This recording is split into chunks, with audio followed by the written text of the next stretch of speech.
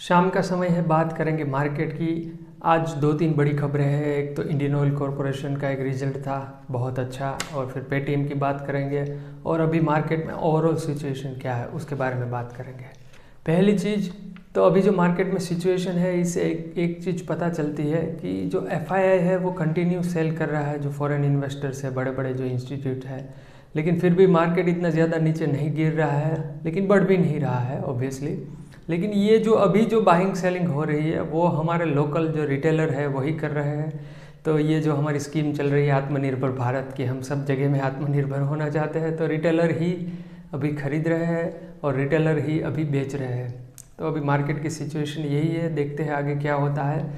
लेकिन ये कंसर्न है और इससे मार्केट में अभी तक फ्यूल आएगा नहीं, क्योंकि मार्केट बढ़ता तभी है जब फॉरेन फंडिंग आती है, जब बड़ा पैसा मार्केट में लगता है पीछे, तब जाके मार्केट आगे बढ़ता है।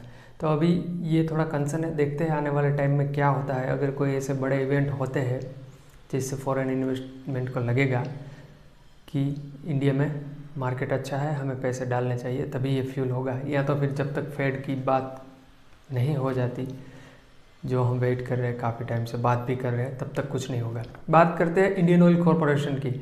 1000% growth jump on year profit. अभी जो रिजल्ट का सीज़न चल रहा है, हमने बात भी की थी पिछले कई कंपनी की, बड़ी बड़ी जो कंपनीज़ है उसके रिज़ल्ट इतने ज़्यादा एक्साइटिंग नहीं है। तो आने वाला जो टाइम है वो काफ़ी थोड़ा कॉशियस है, हमें देख के चलना पड़ेगा। लेकिन जो आईओसी है उसका आज रिजल्ट आया, सारे एनालिस्ट है उनको सबको गलत साबित कर दिया।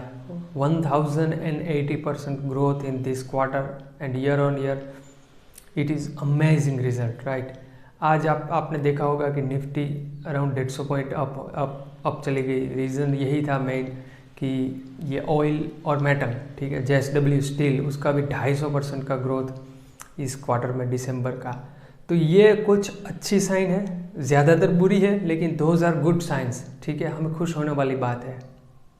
और बैंकिंग फिर से नीचे गिरा, आपने देखा होगा निफ्टी 150 पॉइंट ऊपर गया, 158 पॉइंट, जबकि बैंक निफ्टी डाउन था, ठीक है। अभी पता नहीं क्यों बैंकिंग को मार पड़ रही है, क्योंकि जो फॉरेनर है वो बड़ी बड़ी कंपनी से अपना पैसा निकाल रहे हैं। एक ही ये रीज़न जो अभी समझ में आता है वही होना चाहिए, क्योंकि सेलिंग तो हो रहा है।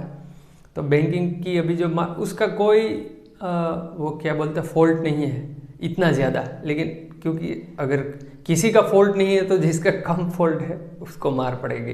तो अभी यही चल रहा है मार्केट में कि जिसका कम फॉल्ट है उसको मार पड़ रही है।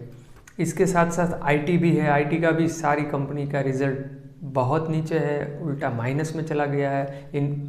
अगर बात करें टीसीएस के अलावा, उसका भी around 2%, I mean that is इतनी बड़ी कंपनी के लिए कुछ नहीं है।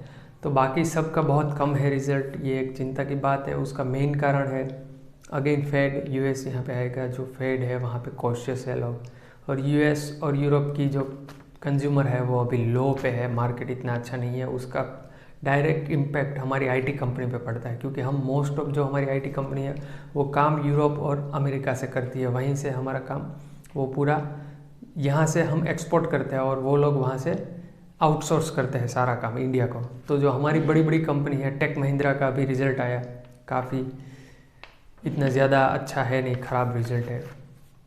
तो रीज़न यही है कि अब आईटी के लिए बड़ा है टेंशन वाली बात करते हैं पेटीएम की, ठीक है। पेटीएम में आज 20% की सर्किट लगी, इससे पहले भी 20% की डाउन सर्किट लगी थी।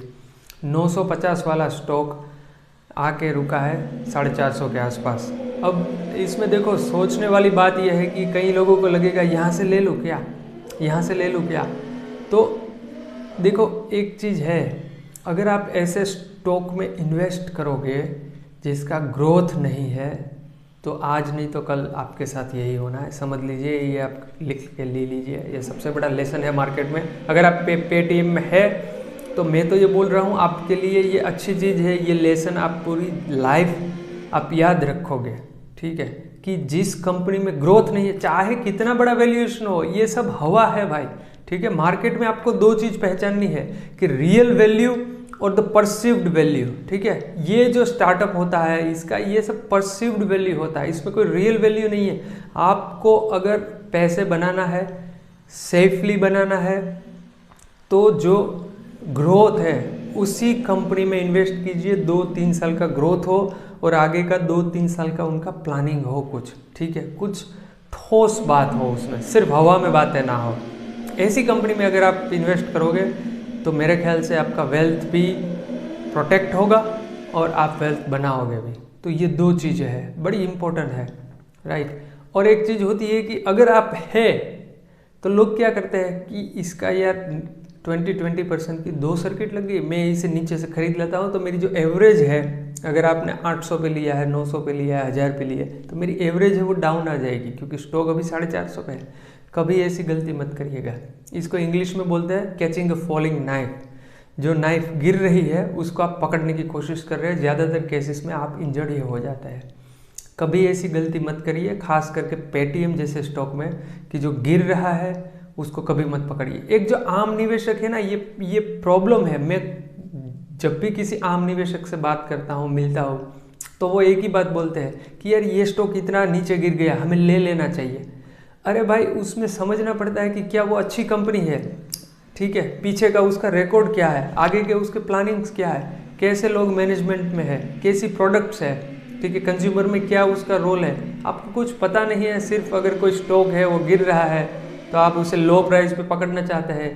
वो समझो अभी 450 है पेटीएम, हो सकता है कल भी 20% की सर्किट लग जाए और ये 450 वाला हो सकता है 300 भी हो जाए, क्या पता, कुछ बोल नहीं सकते ना मार्केट में क्या होगा। तो ऐसी कंपनी से अच्छा है दूर रह के आप अच्छी कंपनी पकड़िए, ठीक है, चाहे कम पैसा मिले लेकिन श्योर आपको पैसा दे के जाएगी।